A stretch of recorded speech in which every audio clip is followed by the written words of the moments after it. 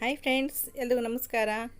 ನಾನಿವತ್ತು ಮೊಳಕೆ ಹುರುಳಿಕಾಳು ಹಾಗೆ ಕೀರೆ ಸೊಪ್ಪು ಉಪಯೋಗಿಸ್ಕೊಂಡು ಉಪ್ಸಾರು ಮಾಡ್ಕೊಂಡಿದ್ದೀನಿ. ಇದು ಮುದ್ದೆ ಮತ್ತು ಅನ್ನ ಜೊತೆಗೆ ಒಳ್ಳೆ ಕಾಂಬಿನೇಷನು, ತುಂಬ ಸಿಂಪಲ್ ಆದಂಥ ಅಡುಗೆ ಅಂತ ಹೇಳ್ಬೋದು. ಇಲ್ಲಿ ಎರಡು ಥರ ಉಪ್ಸಾರು ಖಾರ ಇದೆ. ಒಂದು ಹುಣಸೆಹಣ್ಣು ಹಾಕಿರೋದು, ಹುಣಸೆಹಣ್ಣು ಹಾಕ್ತಿರೋದು ಎರಡು ಕೂಡ ಬಳಸಬಹುದು. ಹಾಗೆ ಒಂದು ಗೆಡ್ಡೆಯಷ್ಟು ಬೆಳ್ಳುಳ್ಳಿನ ಸಣ್ಣದಾಗಿ ಜಜ್ಜಿಟ್ಕೊಂಡಿದ್ದೀನಿ. ಹಾಗೆ ಕೀರೆ ಸೊಪ್ಪಿದೆ, ಒಂದು ಕಟ್ಟಷ್ಟು ತೊಳೆದು ಸೋರ್ಲಾಕಿಟ್ಕೊಂಡಿದ್ದೀನಿ. ಹಾಗೆ ಮೊಳಕೆ ಹುರುಳಿಕಾಳನ್ನು ಕೂಡ ಒಂದು 5-6 ನಿಮಿಷ ನೆನೆಸಿ ಚೆನ್ನಾಗಿ 2 ಸಲ ತೊಳೆದು ಸೋರ್ಲಾಕಿಟ್ಕೋಬೇಕಾಗುತ್ತೆ. ಈಗ ಒಗ್ಗರಣೆ ಮಾಡ್ಕೊಳ್ಳೋಣ. ತುಂಬ ಸಿಂಪಲ್ ಈ ಸಾಂಬಾರು. ಅದು 15ರಿಂದ 20 ನಿಮಿಷದೊಳಗಡೆ ಮುಗಿದೋಗುತ್ತೆ. ಸ್ವಲ್ಪ ಎಣ್ಣೆ ಹಾಕ್ಕೊಂಡು, ಅಡುಗೆ ಎಣ್ಣೆನ ಜಜ್ಜಿರೋಂಥ ಬೆಳ್ಳುಳ್ಳಿ ಹಾಕ್ಕೊಂಡು ಚೆನ್ನಾಗಿ ಫ್ರೈ ಮಾಡಬೇಕು. ಕಲರ್ ಚೇಂಜ್ ಆಗೋಷ್ಟು ಫ್ರೈ ಮಾಡ್ಕೋಬೇಕು. ಉಪ್ಸಾರಿಗೆ ತುಂಬಾ ರುಚಿಯಾಗಿರುತ್ತೆ ಬೆಳ್ಳುಳ್ಳಿನ ಈ ರೀತಿ ಫ್ರೈ ಮಾಡೋದ್ರಿಂದ. ಬೆಳ್ಳುಳ್ಳಿ ಫ್ರೈ ಆದ ನಂತರ ತೊಳೆದಿರೋಂಥ ಹುರುಳಿಕಾಳು ಇದೆಯಲ್ಲ, ಅದನ್ನು ಹಾಕ್ಕೊಳ್ಳೋಣ. ಹುರುಳಿಕಾಳು ಕೂಡ ಒಂದು 5-6 ನಿಮಿಷ ಫ್ರೈ ಮಾಡ್ಕೋಬೇಕಾಗುತ್ತೆ. ಒಂದು ಹಸಿ ವಾಸನೆ ಹೋಗುತ್ತೆ. ಈ ರೀತಿ ಫ್ರೈ ಮಾಡೋದ್ರಿಂದ ಟೇಸ್ಟ್ ಕೂಡ ತುಂಬ ಅದ್ಭುತವಾಗಿರುತ್ತೆ. ಹುರುಳಿಕಾಳು ಉಪ್ಪು ಸ್ವಲ್ಪ ನೀರು ಬಿಟ್ಕೊಳ್ಳುತ್ತೆ. ನೀರು ಬಿಟ್ಕೊಳ್ಳೋವರೆಗೂ ಫ್ರೈ ಮಾಡ್ಕೊಳ್ಳಿ. ಹಾಗೆ ನಾನು ಒಂದು ಕಡೆ ಬಿಸಿನೀರನ್ನ ಕಾಯೋದಕ್ಕೆ ಇಟ್ಕೊಂಡಿದ್ದೀನಿ. ಈಗ ಹುರುಳಿಕಾಳು ಒಂದು 5-6 ನಿಮಿಷ ಫ್ರೈ ಆದ ನಂತರ 1 ಸ್ಪೂನಷ್ಟು ಉಪ್ಸಾರು ಖಾರನ ನೀರಿನಲ್ಲಿ ಕಲಸಿ ಹಾಕ್ಕೊಂಡು, ಆ ನಂತರ ಕಾಯಿಸಿರೋಂಥ ಬಿಸಿ ನೀರನ್ನ ಹಾಕ್ಕೊಳ್ತಾ ಇದ್ದೀನಿ.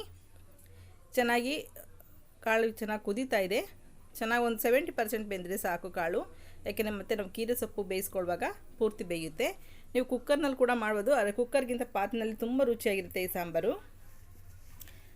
ಈಗ ಚೆನ್ನಾಗಿ ಬೆಂದ ನಂತರ ಕೀರೆ ಸೊಪ್ಪು ತೊಳೆದಿಟ್ಕೊಂಡಿದ್ವಲ್ಲ, ಅದನ್ನು ಹಾಕ್ಕೊಳ್ಳೋಣ. ತುಂಬ ಸಣ್ಣದಾಗಿ ನೆಚ್ಚಬೇಕಂತಿಲ್ಲ.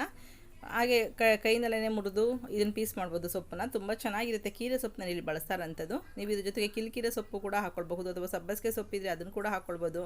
ಬೆರಕೆ ಸೊಪ್ಪು, ಅಣ್ಣೆ ಸೊಪ್ಪು, ಏನು ಸೊಪ್ಪು ಬೇಕಾದರೂ ಹಾಕ್ಕೊಳ್ಬಹುದು. ಪಾಲಕು, ಮೆಂತ್ಯ ಚೆನ್ನಾಗಿರೋದಿಲ್ಲ. ಚೆನ್ನಾಗಿ ಹಾಕ್ಕೊಂಡು ಕಾಳು ಜೊತೆ ಮಿಕ್ಸ್ ಮಾಡ್ಕೊಳ್ಳಿ. ರುಚಿಗೆ ಎಷ್ಟು ಬೇಕಾಗುತ್ತೆ ನೋಡಿ ಉಪ್ಪು ಹಾಕ್ಕೊಂಡು ಚೆನ್ನಾಗಿ ಇದನ್ನು ಬೇಯಿಸ್ಕೋಬೇಕಾಗುತ್ತೆ. ನಾನಿಲ್ಲಿ ಕಲ್ಲು ಉಪ್ಪನ್ನ ಬಳಸ್ತಾ ಇದ್ದೀನಿ. ಚೆನ್ನಾಗಿ ಉಲ್ಟಾ ಸೀದಾ ಮಾಡಿ ಚೆನ್ನಾಗಿ ಕುದಿಸ್ಕೊಳ್ಳಿ. ಸೊಪ್ಪು ಕೂಡ ಒಂದು 5 ನಿಮಿಷಕ್ಕೆಲ್ಲ ಬೆಂದೋಗುತ್ತೆ. ಹಾಗಾಗಿ ಸಾಂಬಾರು ಬೇಗನೆ ರೆಡಿಯಾಗುತ್ತೆ. ಈ ಸಾಂಬಾರನ್ನ ಮಕ್ಳುಗಳಿಗೆ ಊಟ ಮಾಡಿಸೋದಕ್ಕೆ, ಅನ್ನ ಊಟ ಮಾಡಿಸೋದಕ್ಕೆ ತುಂಬಾ ಇಷ್ಟಪಟ್ಟು ತಿಂತಾರೆ ಮಕ್ಕಳು. ಈ ಸಾಂಬಾರು ಅಷ್ಟು ರುಚಿಯಾಗಿರುತ್ತೆ. ಬೆಳ್ಳುಳ್ಳಿ ಹಾಕಿರೋದ್ರಿಂದ ಕಾಳು ಕೂಡ ಸ್ವಲ್ಪ ತಂಪಾಗುತ್ತೆ. ಮೊಳಕೆ ಕಟ್ಟಿರೋದ್ರಿಂದ ಬೆಳ್ಳುಳ್ಳಿ ಹಾಕೋದ್ರಿಂದ ತುಂಬ ಶೀತನೂ ಆಗಲ್ಲ, ತುಂಬ ತಂಪೂ ಆಗಲ್ಲ. ಆ ರೀತಿ ಟೇಸ್ಟ್ ಕೂಡ ತುಂಬ ಡಿಫ್ರೆಂಟಾಗಿ ತುಂಬಾ ರುಚಿಯಾಗಿರುತ್ತೆ. ನಿಮಗೆ ಸೊಪ್ಪೇನು ಸಿಗಲಿಲ್ಲ ಅಂದರೆ ಬರೀ ಕಾಳು ಹಾಕ್ಕೊಂಡು ಕೂಡ ಈ ರೀತಿ ಸಾಂಬಾರನ್ನ ಮಾಡ್ಕೊಳ್ಬೋದು. ಬಿಸಿ ಬಿಸಿ ರಾಗಿ ಮುದ್ದೆ ಮತ್ತು ಅನ್ನ ಜೊತೆಗೆ ಒಳ್ಳೆ ಕಾಂಬಿನೇಷನು. ಇಲ್ಲಿ ನೀವು ಈ ಸಾಂಬಾರಿಗೆ ಹಾಲು ಬಿಟ್ಟು ಕೂಡ ಮಾಡ್ಕೊಳ್ಬೋದು.